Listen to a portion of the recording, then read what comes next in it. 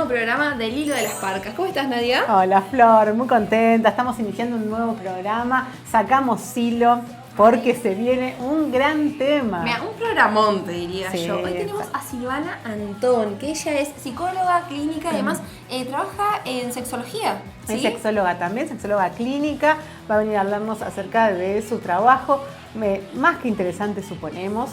Vamos a hablar un poco de la mujer. Nos vamos a inclinar un poquito más hacia nuestro sector, ¿no? Sí. Algunas dudas vamos a sacar ahí. Justamente del deseo, de la sexualidad de la mujer, de los tabúes que hay, ¿no? De las Exacto. formas en las que nos socializan y que por ahí hacen que podamos vivir algunas cosas de forma distinta. Así es, así que los invitamos a que se queden ahí, las invitamos a que se queden ahí. Hay mucho hilo para tirar en la jornada. Muchas cosas para conversar, así que no se muevan.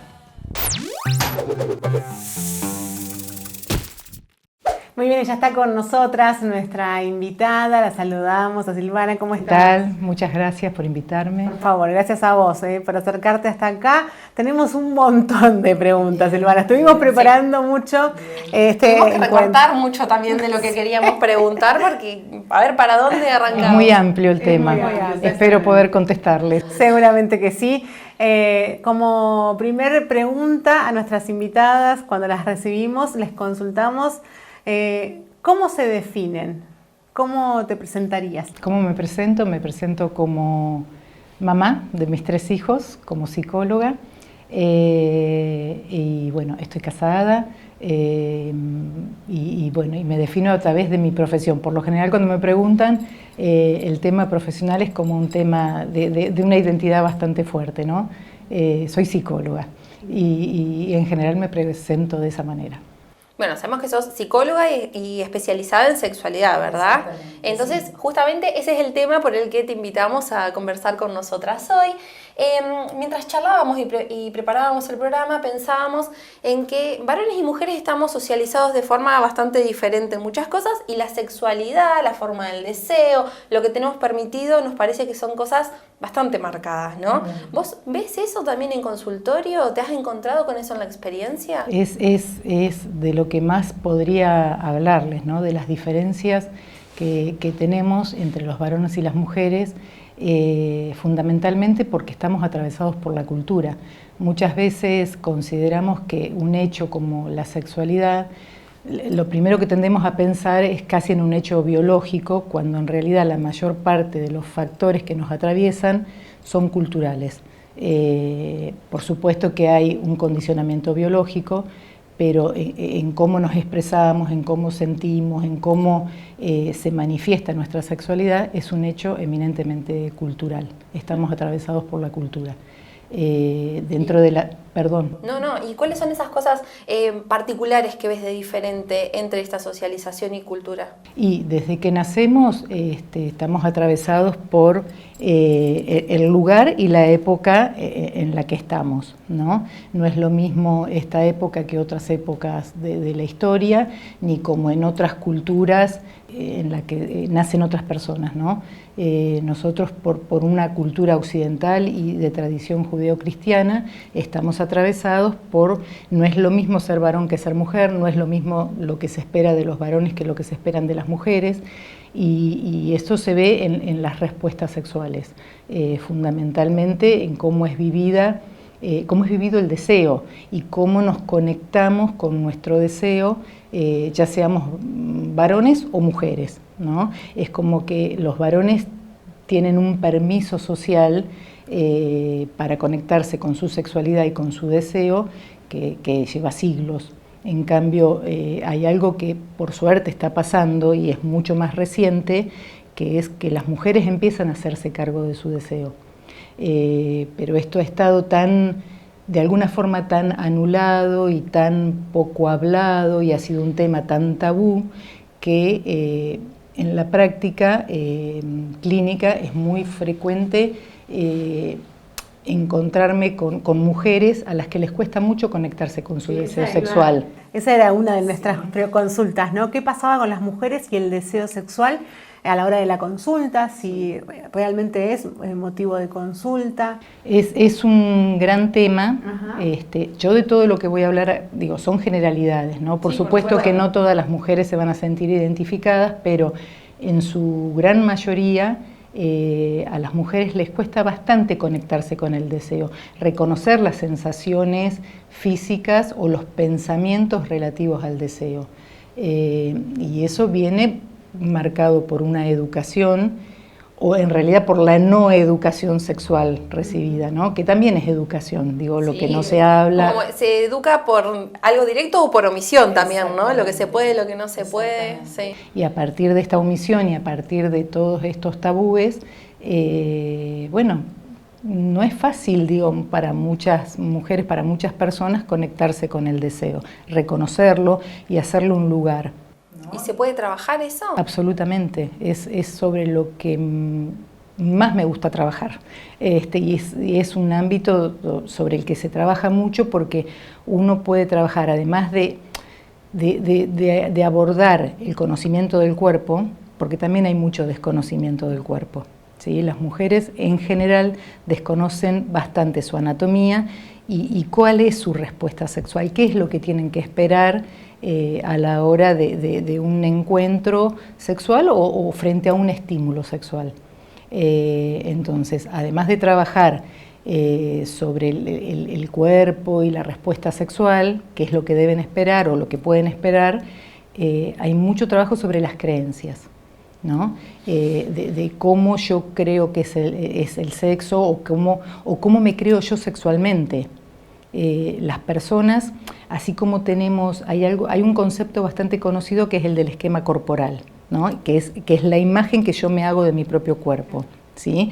Hay un concepto que es un poquito menos conocido, pero igual de importante, que es el esquema sexual que yo tengo, es decir, cómo me pienso sexualmente, qué pensamientos y qué ideas tengo acerca de la sexualidad. Cuanto más positivo sea ese esquema, mejor acercamiento yo voy a tener hacia una sexualidad y a la experiencia.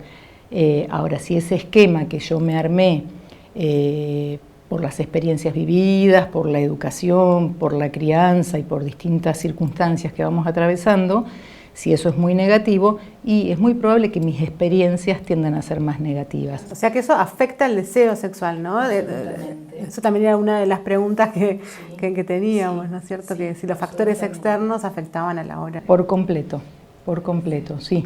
¿Y cuál es el rol del contenido para adultos en todo este esquema de cómo se supone que es un encuentro sexual y de lo que estamos esperando por ahí de nosotras mismas o de una pareja? ¿Cómo juega el contenido más 18, vamos a decir? Ah, bien. Bueno, eso es muy útil para mantener o conectarse con la excitación, ¿no? Si uno tiene ganas de elevar los niveles de excitación o mantener niveles de excitación determinados, el uso de contenidos es buenísimo. Lo que uno tiene que tener claro cuando accede a estos contenidos es que está ante una ficción, ¿sí? Y no es educación sexual, ¿sí? Es verdad que por tanto tabú y por tanta no comunicación con respecto a lo sexual, muchas veces se busca en los contenidos más 18 o en la pornografía y demás, conocimiento, ¿sí? Y tiene que estar claro esto, no es el lugar donde uno se educa, ¿sí? Es un lugar de entretenimiento, es ficción. Teniendo esto claro, es un gran recurso para utilizar. Claro. Porque hemos pensado bastante que surge esta idea de que lo que se ve en esas películas, en esos cortos o lo que sea, claro, en ese tipo de contenidos, es lo que después va a suceder en la vida, ¿no? En la experiencia real. Y por ahí también se encuentran algunos como choques entre la expectativa masculina y femenina muchas veces, ¿no? También por cómo somos representados, sí, ¿verdad? Absolutamente. Porque ¿qué lugar hay para la mujer en ese tipo de contenido? Eso ha ido variando, porque, digamos, en los contenidos de hace años atrás, en general los directores de ese tipo de contenidos o películas eran varones, y de alguna forma los contenidos o las imágenes o la perspectiva con la que se abordaba, por ahí, si se quiere, era de una perspectiva más masculina. Y en los últimos años, en los últimos tiempos, hay muchas directoras de cine y de contenidos mujeres, y eso ha ido variando mucho. Y entonces hoy hay mucho más contenido que le resulta más atractivo a las Para mujeres. la mujer, ¿no? También, es cierto. Bueno, tenemos un montón de preguntas. Vamos a hacer una breve pausa y enseguida volvemos con mucho más de nuestra invitada.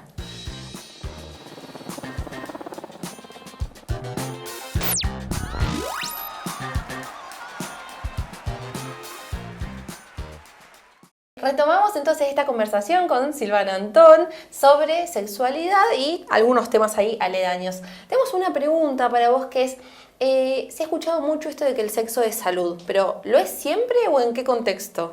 Sí, o sea, forma parte, la sexualidad es un aspecto esencial de la experiencia humana y como tal es un aspecto más de la salud.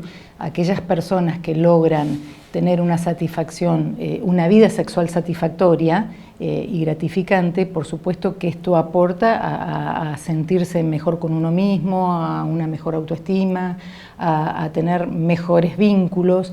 Y no así cuando la vida sexual no es satisfactoria o hay muchas inhibiciones, hay muchas situaciones en las que se presentan, inhibiciones, fobias y demás disfunciones sexuales que atraviesan mucho a la persona y la verdad que generan mucho sufrimiento, mucha frustración, entonces es muy importante el abordaje de estas cuestiones, ¿no? Porque en algún punto muchas veces tendemos a creer que no necesitamos saber sobre sexualidad. Es como que hay un supuesto de que las personas nacemos sabiendo, ¿no? Y en realidad hay mucho por aprender y está bueno acceder a la información, porque fíjense ustedes que la mayor parte de las disfunciones sexuales que generan muchísimo sufrimiento se resuelven con información adecuada, información y permiso. Y también el permitirse hacer algunas preguntas, ¿no? Exactamente. Cuando digo permiso, tiene que ver con el permiso que me doy a mí misma o a mí mismo de poder abordar el tema, preguntar, aprender, animarme, ¿no? Y Silvana, ¿cómo es, ahora me das pie en esto que estás diciendo, en preguntarte cómo es una sesión, cómo es la consulta, cómo funciona cuando llega una persona que está buscando a alguien especializado en sexología? Bien. En general la consulta cuesta hacerla, en general, porque da vergüenza, hay mucho tabú, pero cuando finalmente se llega a la consulta, el abordaje es el siguiente, digamos, yo un poco... Primero se pregunta, cuál es la dificultad o por cuál es el motivo de consulta y de alguna forma desde cuándo sucede, digamos, si esto es histórico, si es reciente, si tiene que ver con algo individual o es algo vincular. Muchas veces las dificultades sexuales responden a cuestiones vinculares y no tanto a una cuestión sexológica pura, ¿no? Claro, o sea, también entra tu trabajo de psicóloga, aparte de lo fisiológico, entra tu parte de psicóloga. De poder discernir, ¿no? De qué viene, ¿no? Una vez un poco trabajado el motivo de consulta, siempre abordo el tema desde aportar información. ¿Sí? Y uno de los primeros temas que siempre abordo es explicar cuál es la respuesta sexual humana. Cuando uno da un panorama acerca de lo cual es la respuesta sexual humana, por lo general la persona logra identificar más fácilmente qué es lo que le pasa, en qué momento y cuál es específicamente su dificultad. ¿Sí? Ese es uno de los grandes temas y después también un repaso por la anatomía de los genitales, la fisiología de los mismos y esto que les decía hace un ratito, que la persona sepa qué tiene que esperar, porque hay un mundo de expectativas a veces que nos hacemos o basados en creencias falsas, o por creer que vi en una película o me dijeron no sé qué cosa, tengo que tener determinada performance, y cuando esto no sucede es muy frustrante, ¿no? Entonces, claro, lo mismo con la anatomía también, sin lugar a pensamos dudas. En tamaños, en formas, en colores, en cosas, claro. En vez de por ahí mediáticamente pensar en una cosa más amplia, más diversa, siempre se normativiza, ¿no? Como tiene que ser de esta forma, y cuando no estás dentro de esos cánones, ¿qué pasa? Aparece la frustración o aparece la disfunción, porque cuando me genero una expectativa sucede un encuentro, yo siento que no estoy a la altura de esas circunstancias, la verdad que se empiezan a generar situaciones de mucha frustración, de mucha angustia y muchas veces de conductas sexuales inhibidas, ¿no? Y esto es lo que después terminamos viendo como disfunciones sexuales. ¿Y hay claves para una vida sexual plena? Sí, yo creo que sí. El autoconocimiento, ¿sí? El permitirse a uno mismo conocerse más. Creo que todo lo que le hace bien a la salud en general le hace bien a la sexualidad. El tener hábitos saludables va a ayudar también a tener una vida sexual más plena, pero fundamentalmente creo que es el conocimiento y el autoconocimiento y bueno, la aceptación de uno mismo, ¿no? Hablando de salud sexual, de nuevas paternidades, surgió el tema, hablábamos con Flor cuando estábamos preparando el programa, de que hay muchos hombres, escuchamos, ¿no?, que hay muchos hombres que se hacen la vasectomía. Y escuchamos también a tantos otros que dicen que no se la hacen porque pierden deseo. Claro. Como ¿Qué hay pasa? un temor de pérdida de potencia, de deseo, ¿no? ¿Hay consultas sobre eso? No específicamente sobre eso, quizás se lo hacen al médico cuando consultan para hacerse la cirugía, ¿no?, o la intervención, pero lo cierto es que el deseo no está atado a ninguna cuestión anatómica y no tiene ninguna interferencia con el deseo. El deseo tiene un solo componente biológico, que es la testosterona, que es una hormona, y en eso tenemos cierta diferencia porque los varones tienen altas dosis de testosterona y las mujeres tenemos bastante menos. Pero el deseo es un aspecto que es eminentemente mental, ¿sí? Es decir, son todas aquellas ideas, creencias que tengo acerca de la sexualidad y cómo me conecto con ella. Uno podría definir el deseo como un estado de disponibilidad hacia la vida sexual. Si yo estoy con un estado de disponibilidad y tengo una actitud positiva, el deseo se va alimentando a sí mismo, ¿no? Es decir, el deseo tiene que ver con las ganas, el sentir ganas. Claro. De provocar un encuentro o de provocar una situación, ya sea porque la inicio o porque respondo. Claro, y puede haber cosas que aumenten ese deseo o que lo disminuyan, ¿no? También como teniendo en cuenta esto lo del plano mental, ¿no? Exactamente. El deseo es eminentemente mental, ¿no? Y está atravesado un poco por todo esto que estábamos hablando. ¿Y qué pasa con la sexualidad a una edad más madura? Porque creo que hoy ya se habla un poco más de la sexualidad después de los 60 o incluso en una edad más tardía. Sí. Pero ¿hay consultas respecto de eso? ¿Sigue habiendo una vida sexual? ¿La sexualidad se explora de otra forma? ¿Qué pasa? Ese es uno de los grandes tabúes, ¿no? Como que la sexualidad pareciera que es de los jóvenes, ¿no? Como que y en esto también, las imágenes, las películas, todo lo que consumimos, siempre uno ve adultos jóvenes, ¿no? Y es poco frecuente ver gente mayor en escenas sexuales, pero por supuesto que se puede disfrutar de la vida sexual toda la vida. Bien, está buenísimo. Ya tenemos que cerrar, pero bueno, una última preguntita cortita que tiene que ver con comenzar una conversación sobre sexualidad en la pareja. ¿Algún consejo de por dónde arrancar? Sí, pensar qué te gusta, qué no te gusta, cómo te gusta empezar, cómo te gusta seguir, empezar a pensar qué zonas erógenas son más importantes para vos y para la otra persona, cómo te gusta que sean esos encuentros, ¿no? Me parece que a partir del diálogo y de una comunicación franca hay que animarse.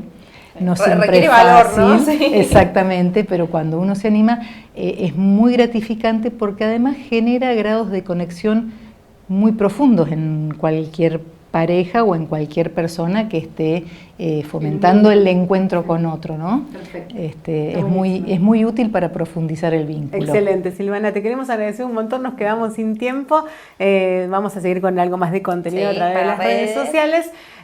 Así que excelente, bueno, la verdad. Muchas gracias por invitarnos, ha sido un gusto para mí también. Nosotros seguimos en un ratito, cortamos hilo acá y ya estamos de vuelta.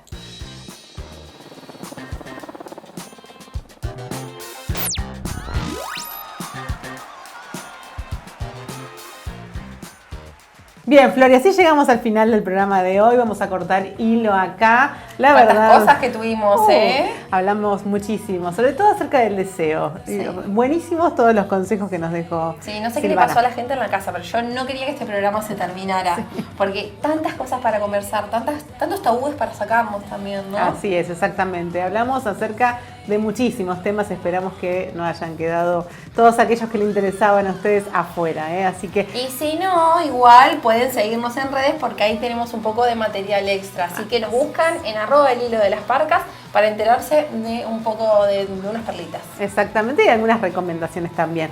Llegamos al final. Vamos a agradecerle a nuestra casa, a Megafon. También le vamos a agradecer a Agustina Bergonzi Por estos looks. Exactamente. Le mandamos un saludo a Ori de Gold Glitter, que no se estaba sintiendo bien, así que hoy no nos pudo maquillar, pero igual estamos muy presentables. Y por supuesto a Mica por armar este bodegón tan hermoso. Exactamente, nos encontramos la próxima. Muchísimas gracias.